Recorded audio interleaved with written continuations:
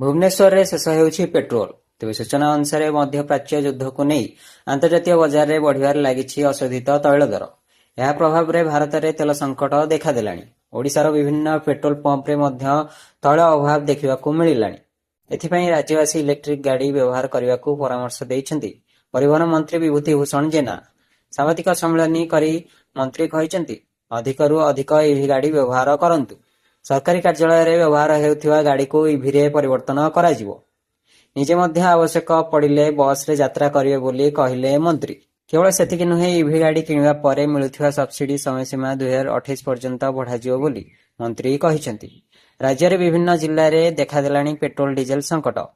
तेल नथिबारु किछि स्थान रे बंद होई गलाणी पेट्रोल पंप। एकाधिक पेट्रोल पंप रे बाइक पिछा 200 टंका और कार पिछा 2000 टंका पर्यंत पेट्रोल डीजेल देवाकू होइछि कटकणा।